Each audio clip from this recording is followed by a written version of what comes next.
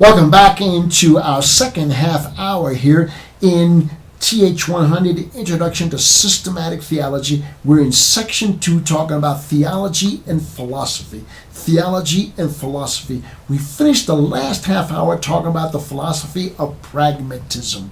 The philosophy of pragmatism. Now we come into the philosophy of existentialism. Existentialism. Wow, what a big fancy schmancy word, existentialism. Okay, and people just I hear that word. It's repeated. It's in all kinds of people's vocabulary. It's very impressive. Okay? And you listen to them. What are they talking about?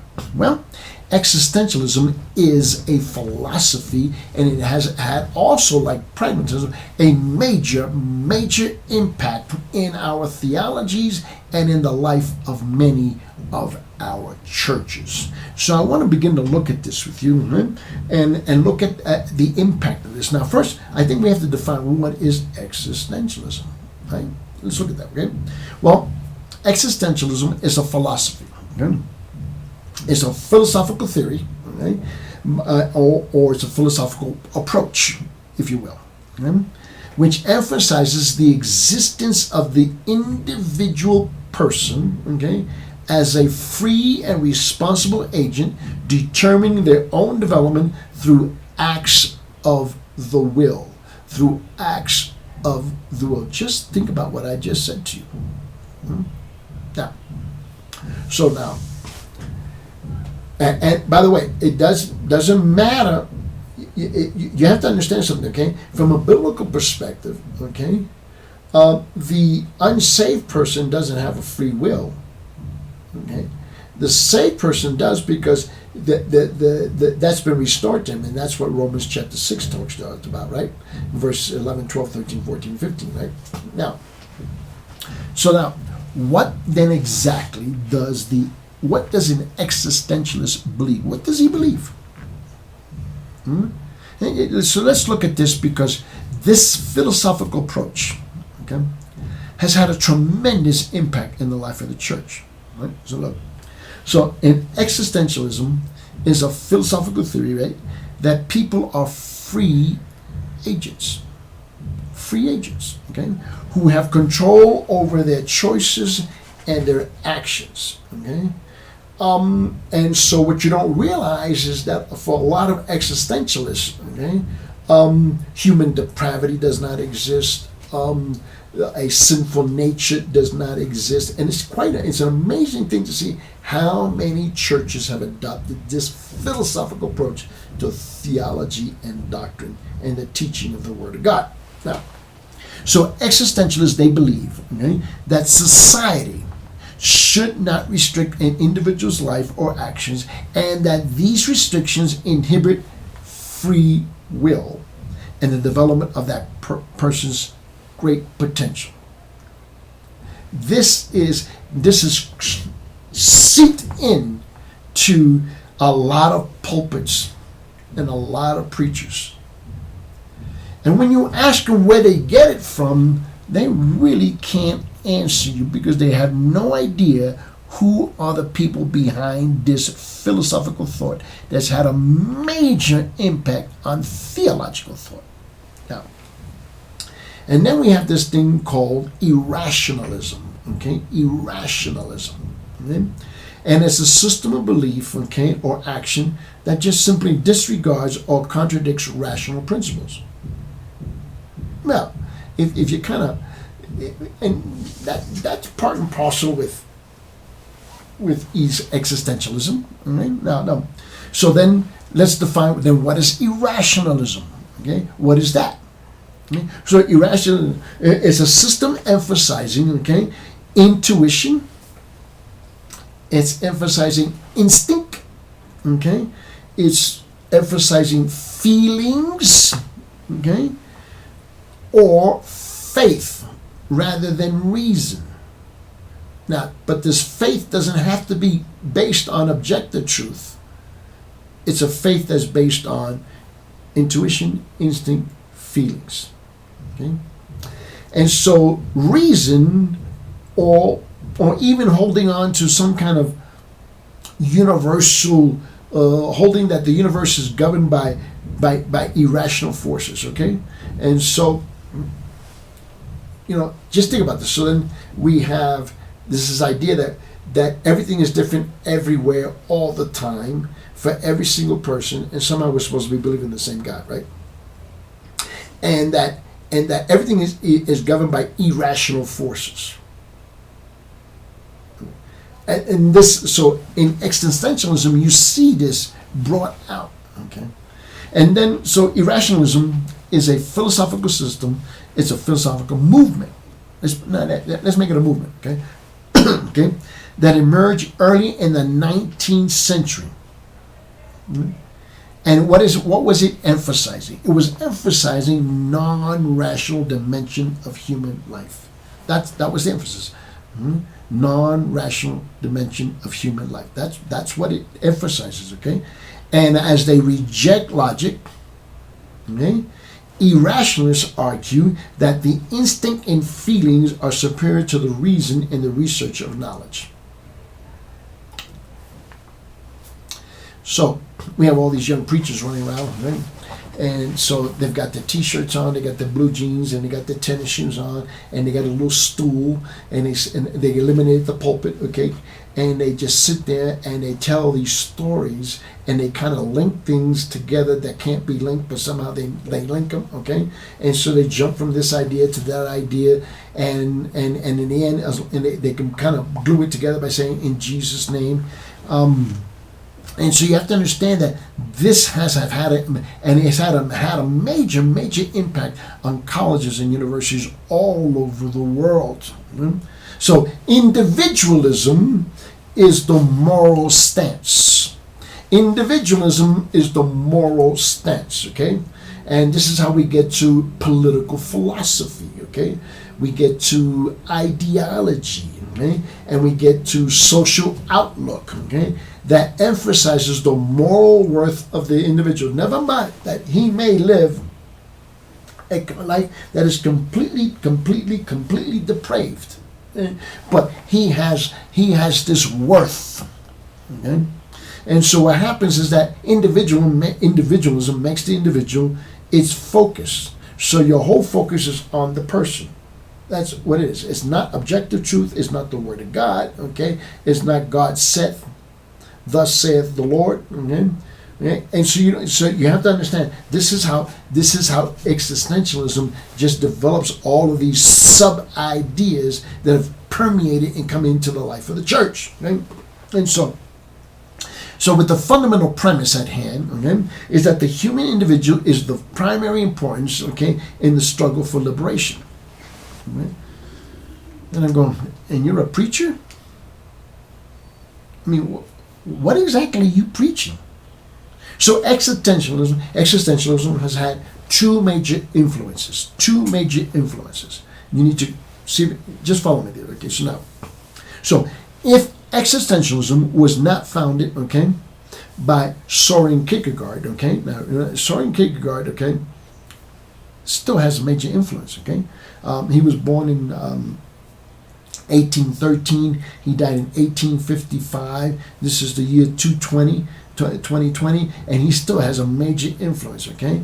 But it was at least anticipated by his thinking, okay? And Kierkegaard, okay, was reacting against two major influences upon his life. And somehow this guy has seeped into the realm of theological circles, okay, and has caused havoc, okay, that you have no idea how much, but it seems to be normal to us today. Look, one was, there was a name, remember I mentioned to you this several sessions ago, I talked about George Hegel, Hegel, George Hegel, remember him? Well, one was the philosophy of George Hegel, okay, and according to which the whole reality is rational, okay, and then the various concepts and facts of reality can be fitted into some kind of a logical system in which the individual had no ultimate significance, okay? And so Kierkegaard reacted to that. He reacted to that. That's the first influence. Now the second influence, there was this other influence, right? It was the cold, former state church of his native Denmark, okay, in Denmark, where he lived in Denmark, okay, in which there was this dispassionate practice was the norm. You can see, especially when I've been in a lot of different places in Europe, and it's like that. It's like that, right? And so what happens? A lot of people just said, there's no life to this. We go through the same routine every single Sunday. Everything is predictable. Everything's absolutely predictable. And so in their mind, it's cold and it's formal. It's dispassionate, okay? Which is, and so then what happens? We had another guy come into the picture on the existentialism, okay, and his name was Friedrich, okay, Nietzsche. Now, Friedrich Nietzsche, he was born in 1844, and he died in 1900. Okay, and he had this atheistic approach. He had this atheistic emphasis on the human will. Let me repeat that. Nietzsche had this atheistic emphasis on the human will. Okay? Will also serve to give rise to existentialism. So you can see these things in the background is what it becomes the springboard by which existentialism jumps off. Okay? And it is grasped and is received, okay, by many in the life of the church and in theological circles. Okay, so it gives rise to existentialism, okay, which became a major tenet, a major teaching, of which is subjectivity. It's subjectivity. Now, in the 20th century, let's just kind of fast forward the tape up into, we get to the 20th century. Now, I know we're living in the 21st, but I want you to see this. It comes up into the 20th century, okay? And then it comes to these other men. First guy is Martin Heidegger, okay? And he's one. Jean-Paul Sartre, okay? So Jean-Paul Sartre, okay, is another guy. Karl Jaspers is another guy. Gabriel Marcel have been the main spokesmen for this movement that we call existentialism. Okay? Now, and I remember when I was at a secular university, when I was studying at the University of Iowa, in the state of Iowa, in the middle of the United States. I'm talking about, this is like 1972, 73. In 74, I can remember this, that we had to study these people. And let me tell you something, it has a major impact if you're a young student. It will twist your mind. Look, if one were to attempt, okay, to summarize existentialism in one sentence, how would you do it? Well, let's try this. It would be that existentialism is a philosophy that emphasizes the priority of the existence over essence. Existentialism emphasizes the priority of the existence over essence. Over essence. Okay? So that is to say that, is it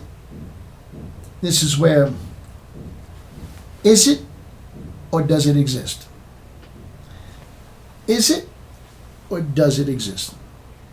It's more important than what is it. Did you see what I just said? Is it? Does it exist? Is it more important? What is it?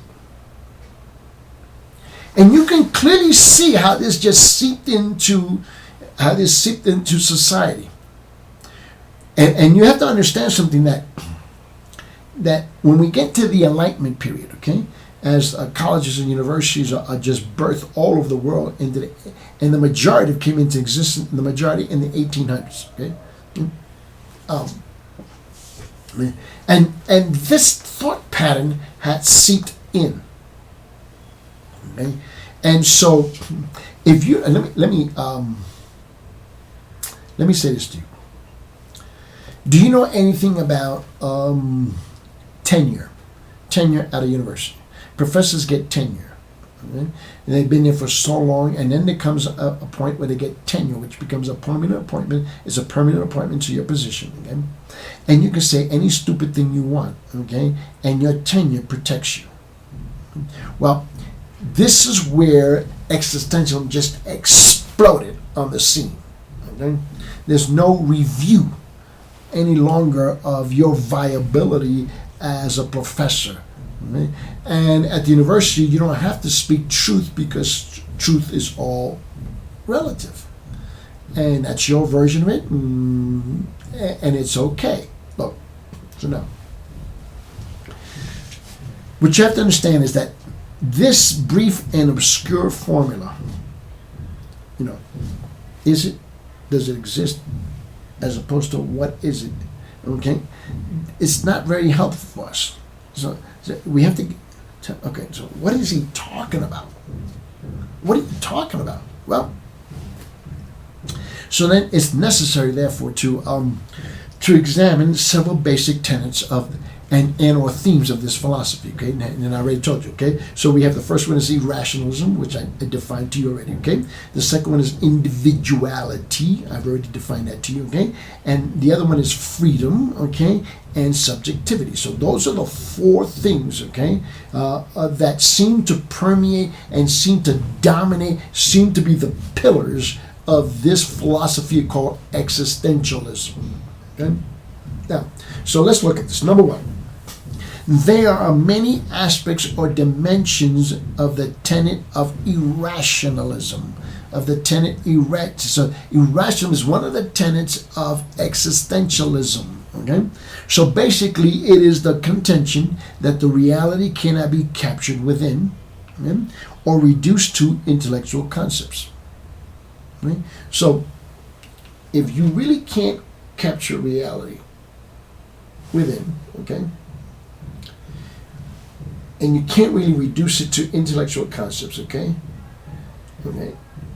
then it goes beyond them and it breaks out of them. Now, there's no question about, no one ever questions whether that individual has any intellectual capacity, has even been taught to think with great clarity, okay, and so forth. But if you can't do it, it just out the window. Look. So they tell you this, then further that, this is what they tell you, this is what they convince you this, is that it is not possible to put ideas into a logical system. That's the reason why a lot of young preachers just throw systematic theology right out the window, okay? And so you preach all these cute little stories and parables and, and these allegories and so forth and so forth and so forth, okay? Now, so also all such attempts and distortion of the elements, okay? So in existentialism, okay, if you have 5 elements to a basic truth, okay, you can distort every single one of them because, in your mind, you've already, your theological grid, as Dr. Fleetwood talks about, okay, is that this is not rational. Okay? And it should not be rational. So now, so when reality is, when reality is looked at, okay, at intellectually, then you have these apparent paradoxes and these apparent contradictions that just seem to emerge. Okay, so humans can detect no discernible pattern of meaning. Okay, so the meaning of reality must be created by one's own free choice. Okay? Well, the problem with that idea is that the scriptures, if you do an honest read of the scriptures, if you do that, okay, and then the scriptures, you're going to find all kinds of paradoxes, okay, which means what? It says that it's a paradox is a statement, okay, that appears to be contrary, but may be true, but you haven't put the two things together yet.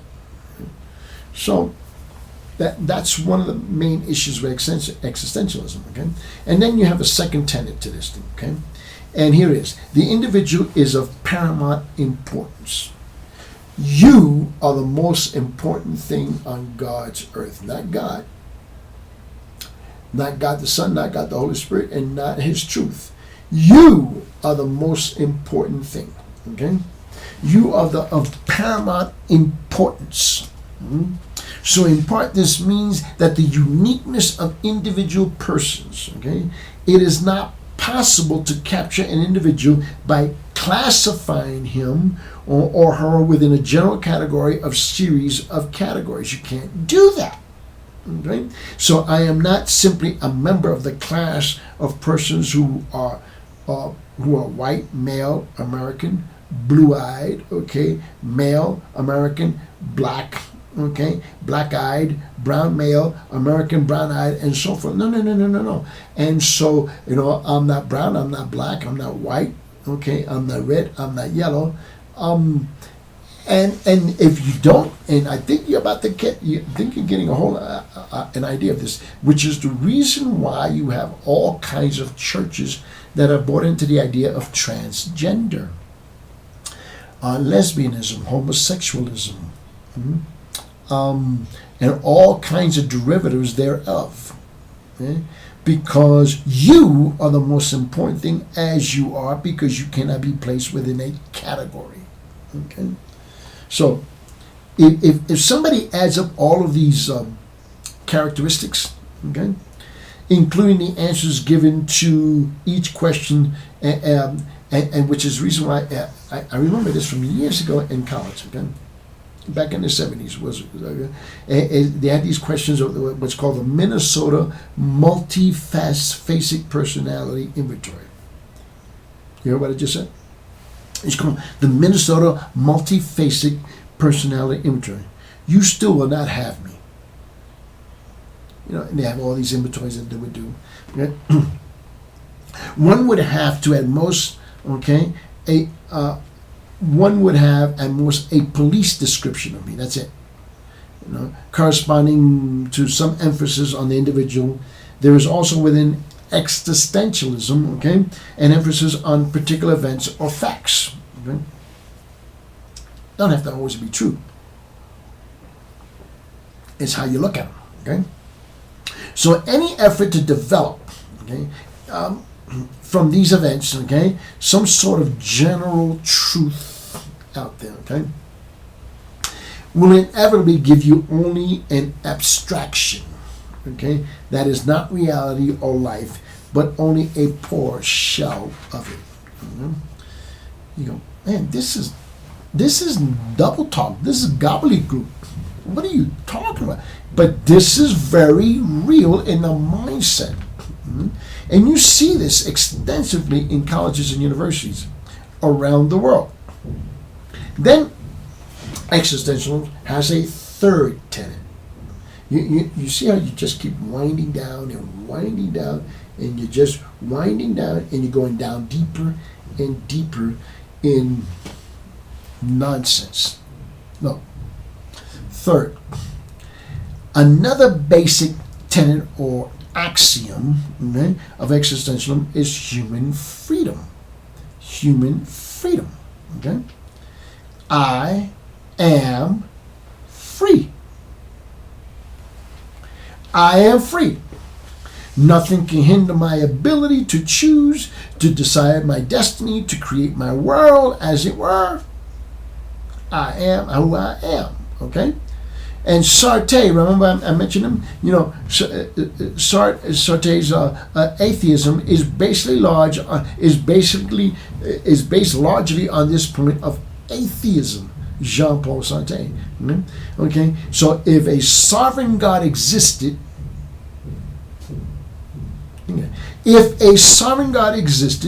he would encroach on my freedom. Therefore, he does not exist. He cannot exist. So atheists love existentialism. Okay? Now, a correlate of freedom, okay, one of the correlates of freedom is what? Responsibility, right? Is it not? Is it? It's responsibility, right? I must not surrender my freedom and individuality by simply accepting what the crowd thinks, what the crowd says, what the crowd does, and this includes the church. Right? To do so would be inauthenticity. Inauthenticity. You hear these words. It's inauthentic. I have to be authentic.